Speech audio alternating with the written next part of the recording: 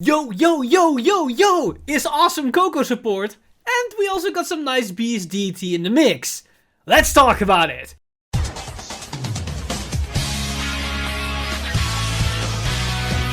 Stand up! Vanguard!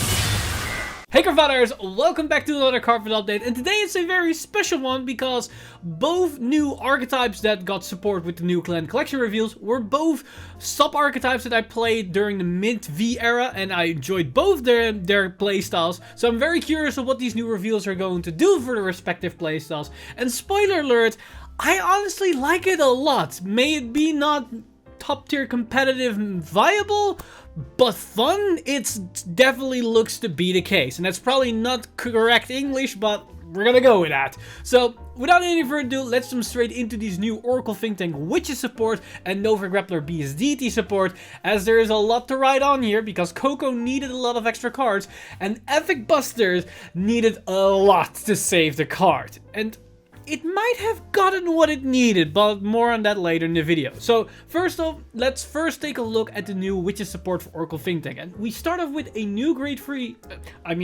1, which is Citrine Witch Mumu. Mumu has the effects, although when this unit is rode upon by a unit with Witch in its card name, draw a card. So this is another really good ride target for your grade 1 Witches, because this effectively is going to be a free +1. Everybody loves a free +1, and in Witches it's going to be very important because we all know every card in hand will then be translated into a protect marker, which then will be another way or a key card towards your win condition. Now on top of that, it also has the skill Act on Vanguard Circle, cost Soulless 1, and rest this unit. Look the 5 cards on top of your deck, choose up to 3 cards with Witch in their card name from among them, reveal them, choose one of the revealed cards, put it into your hand, and shuffle your deck. If you did not reveal 3 cards, put this unit into your soul. So it might sound a bit convoluted because you only get 1 card to hand, but you first need to look at top 5, reveal 3 witches of those 5, but only get 1 of those witches towards your hand. Which is kind of weird, but basically what it means is that you need to play this card in a witch heavy deck, otherwise you're not going to resolve the skill, or basically you're going to Soul Bless 1 to get this card into the soul so you don't lose value, but at the same time you lose a card in the field, so it's a -1. So effectively, it's a Witch Searcher. And it's a very decent one at that, because it searches the entire engine. And there's very good grade 2 targets you're going to need. But there's also a couple of grade 3s we're going to talk about very soon that you're going to need. And this card is awesome for the consistency engine because it basically is one of the grade 3 searchers, but now it's with the witch name, so it's in archetype, which is nice. But beyond this grade 1, we also have a new grade 2, which is Jade Witch Tete. And Tete has the effects, although when this card is discarded from your hand during your turn, if you have a Vanguard with Witch in its card name, cost Soulless 1 and call this card to the Vanguard circle. This is very nice because the idea of the Witch engine is that with CoCo, you're going to discard all your witches from hand, or as many as possible, and then turn them into protect markers. But the issue is that you're going to lose out on an offensive card because you turn them all on defensive cards. With this grade 2, that's to some extent negated because you can call it to the Vanguard circle, thus not losing out on card value, and at the same time you actually generate card value, which is nice because it's actually pretty good. So overall, I think this is going to be a very solid grade 2 inclusion for the new archetype. But on top of that, she also has another effect which is kind of interesting, which is although when this unit is put onto the Guardian Circle, which synergizes with her first effect because it also means you can intercept with it, choose any number of Sentinels from your hand, discard them, and this unit gets shield plus 20k until the end of battle for each of those cards. Now you might think to yourself, why would you want to discard a Sentinel for just a raw number shield? Because Sentinel is a perfect guard, which means you're gonna guard attack no matter what in any scenarios. The thing is, there are 2 specific instances where this skill is actually very important. One, if you're up against a Sentinel guard restrict. What you're gonna do with those Sentinels in hand if you cannot use them? Might as well convert them to actual shield value, which you can utilize with this grade 2. But another thing where the Sentinels themselves aren't good is against a multi-attack poke deck that comes with low numbers, but you're gonna waste a lot of cards if you need to guard with 2 cards for every single attack if it's going to be with those perfect guards. So a card like this can circumvent that and generate more value by just turning one protect marker into an actual guard for that attack. So I think this card is a very solid, flexible option for the Witch deck, and I definitely think it's going to be played in the new iteration of said deck. But another card that's going to be very impactful for this new engine is the brand new Grade 3 Witch, which actually is going to turn this deck into a much faster engine, as we've got Benitote, or I think Benitote. Let me look up the actual pronunciation because somebody gave me the pronunciation of this card because I'm really bad with this stuff. Benitoite apparently is the pronunciation of this card. Benitoite with Yo-Yo. And Yo-Yo has the effects Auto and Vanguard Circle, Front Row Rearguard Circle, and that's going to be very important. At the end of the battle, your Vanguard with which in its card name attacked, a grade 3 or greater Vanguard. If it's the first battle of this turn, I've seen that sentence somewhere before, cost counter +1 and discard 2 cards from your hand. And keep in mind, this will synergize with Tete, but it will not generate multi-attack because it's on the first battle of the turn, so you cannot attack with your rearguards. Choose up to one grade 3 card with which in its card name from your hand and write it as stand. Now this in itself is basically a multi-attacker because we have now a restanding Vanguard to some extent, a restanding Vanguard. Now you might think to yourself, okay, you get 1 extra attack, but we lose 2 discards, which is the twin drive, but we need to pay a counter blast, but we get 1 extra attack, which shouldn't be all too bad. That itself sounds decent enough, but actually what lies beneath this is where the true value of this card actually is. Because the issue with the Witch archetype right now is that the idea is that you go into CoCo, you turn your Witch cards into protect markers, and you need to Soul Blast a grade 3 for that, which in itself means it's on the second grade 3 turn, but because of a specific grade 2 promo, or I believe a grade 1, that we got a while back, that in itself is a grade 3 in the soul, it allows us to do that on the very first grade 3 turn. So that in itself already made the deck 1 turn faster. But that just turns our Witches into protect markers. It doesn't really do anything.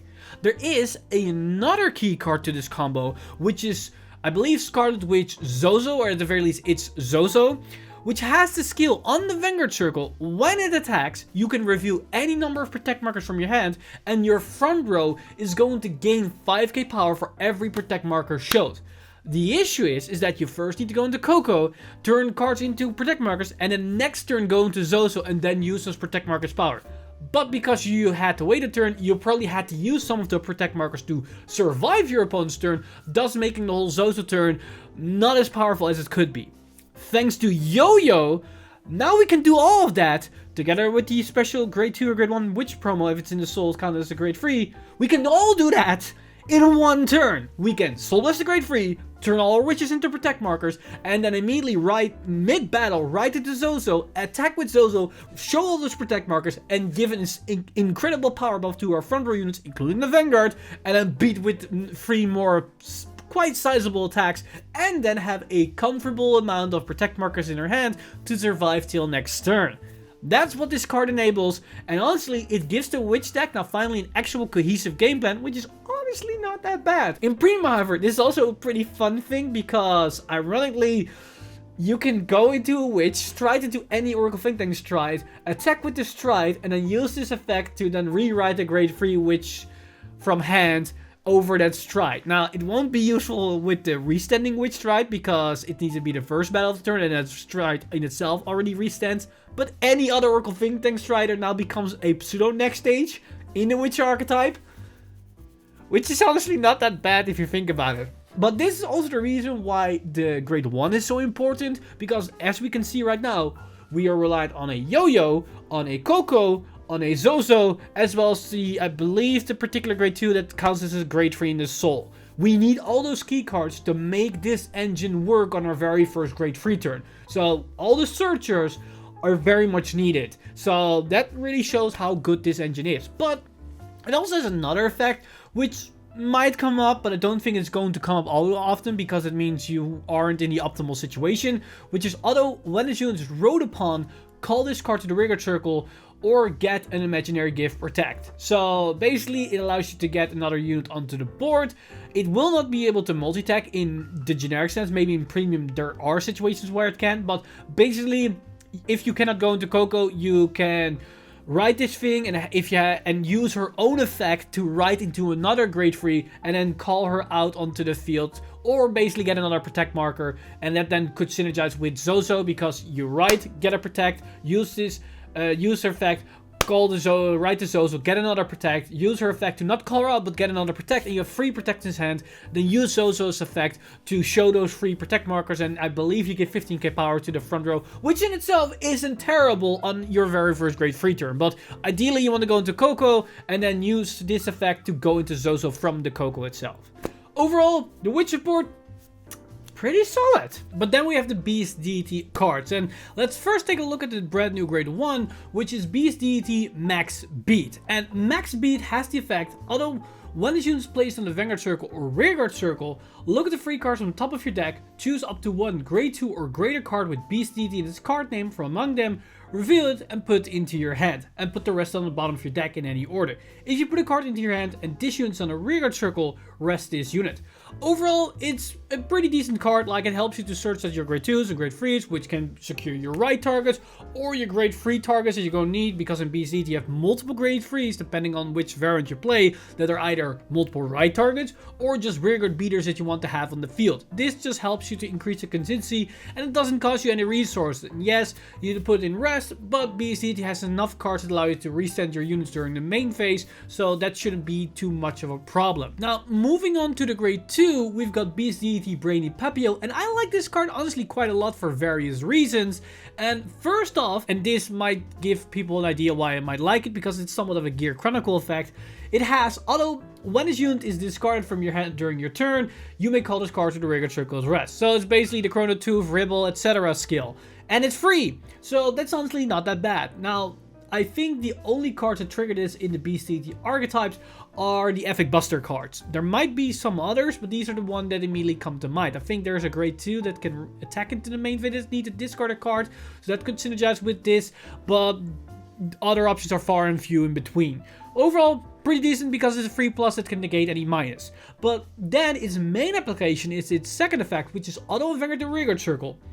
When the attack of your Vanguard with Beast Deity in its card name hits, cost counter +1 and soul +1, draw a card, choose up to 1 grade 2 or less card with Beast Deity in its card name from your hand, call to the Rearguard circle, and that Rearguard gets power +10k until the end of the turn. At the end of the turn, return that Rearguard to your hand. So basically, this gives any of your Beast Deity Vanguards an extra on hit, which allow you to get another multi-attack on the board, and it draws you a card, and the multi unit gets an additional 10k power. So that means there's more value and weight behind allowing the Vanguard to hit. This to some extent can help Epic Buster a little bit to make people more incentivized to guard the attack of Epic Buster, so allowing you to reset, especially if you go into a double Epic Buster turn. You want to have the first attack to be blocked, so the second attack goes through. This effect can put more emphasis and more incentive to your opponent to guard the Epic Buster attack. Will it be a guarantee? Absolutely not, but it's an option for that regardless. But honestly, in a generic sense, this is a pretty decent card because it gives Beast Deity another option to extend their multi-attacks. And riding this thing can give you this multi-attack immediately on your second turn. And because the unit gets 10k power, that means defensive triggers are to some extent negated, which is great. And there are a couple of good options for this card, because the interesting thing about this card is that the unit bounces back to hand, so it's immediately safe in your hand. But another aspect to bouncing is that you can reuse on-place effects. So the grade 1 we just talked about can be used. But another great target for this is a grade 1 from one of the first support wave for Beast Deity, which is Grand's Dragon. That's a grade 1 that can restand the moment another unit attacks for a Soul Blast. Now that he gets an additional 10k, and if we put him on Axel 2, that means we have a 23k attack that swings twice. So effectively, if you combine the cost of this skill, we counter +1 to draw a card, but we pay 2 Soul Blasts to have 2 additional 23k attacks on the board, and it bounces back to your hand, so we have 10k shield still left in her hand. Which honestly is not bad if I'm gonna be honest. But of course, this card also has a different application which comes into play if we're gonna take a look at the new Epic Buster Reverse. So let's take a look at this new boss unit for Nova Grappler, which is Deadliest Beast Deity Epic Buster Reverse. And Reverse has a couple of effects. First off, it has the effect Auto and Vanguard Circle. When your rearguard attacks, if this unit is stand, lock that rearguard.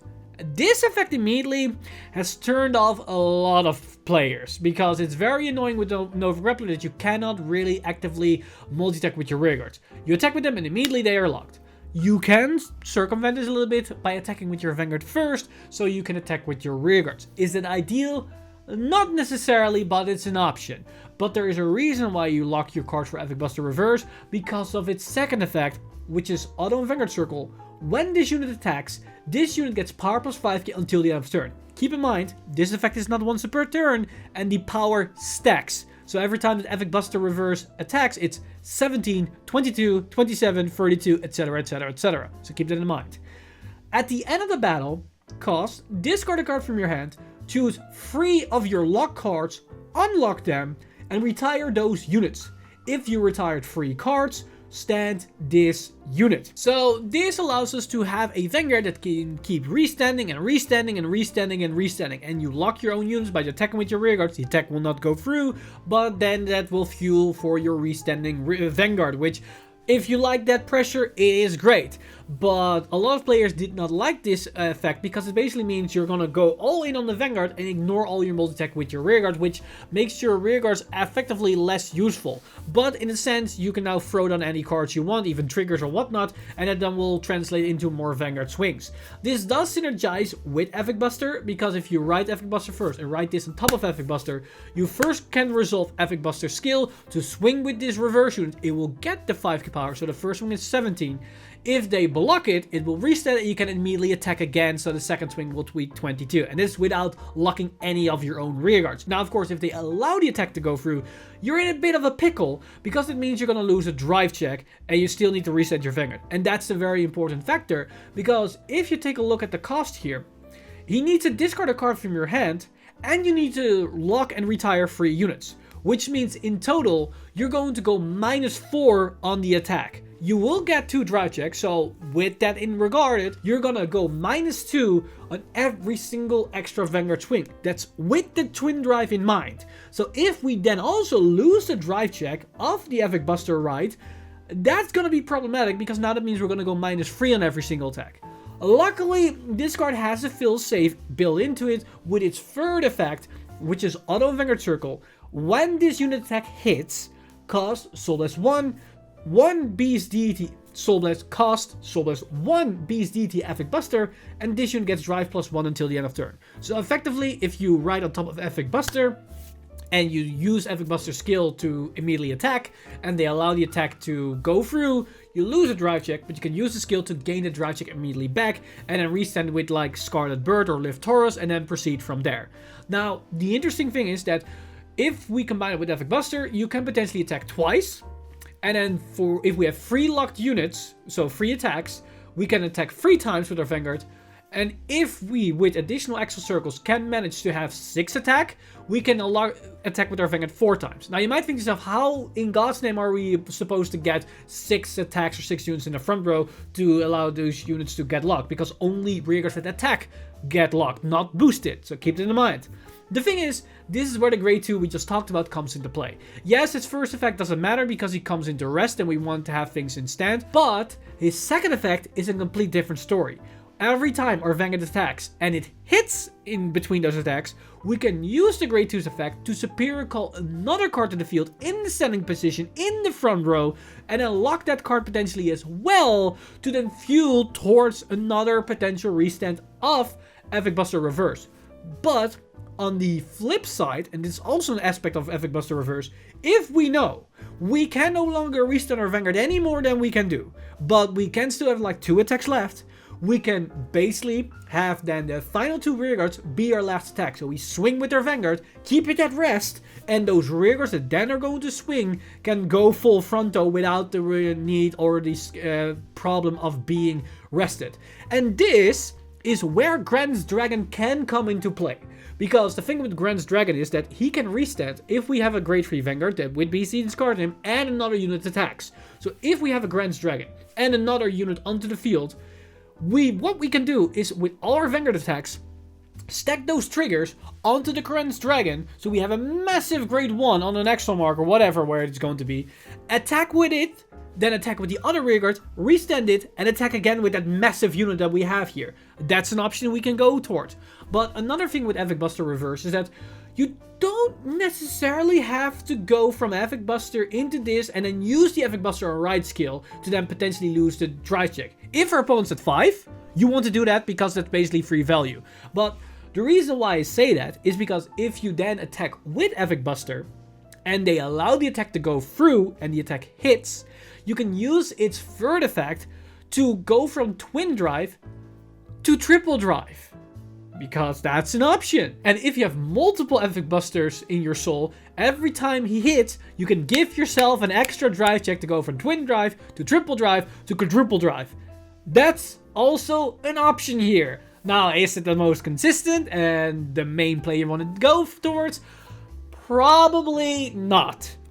But it's an option nonetheless. And that's the main thing with Beast Deity in general, is that they have a buttload of options. They have so many different lines of play of their multi-tech engines, of their restands, of their main phase, right phase, and all their battle shenanigans. And that's what, in my opinion, makes Beast Deity so fun to play.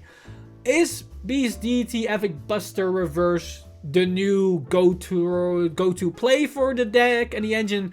I don't think so. But the new cards in the mix here does allow us to play a specific interesting playstyle. Now, I will say, this is probably the best counter card against Chaos Breaker Dragon.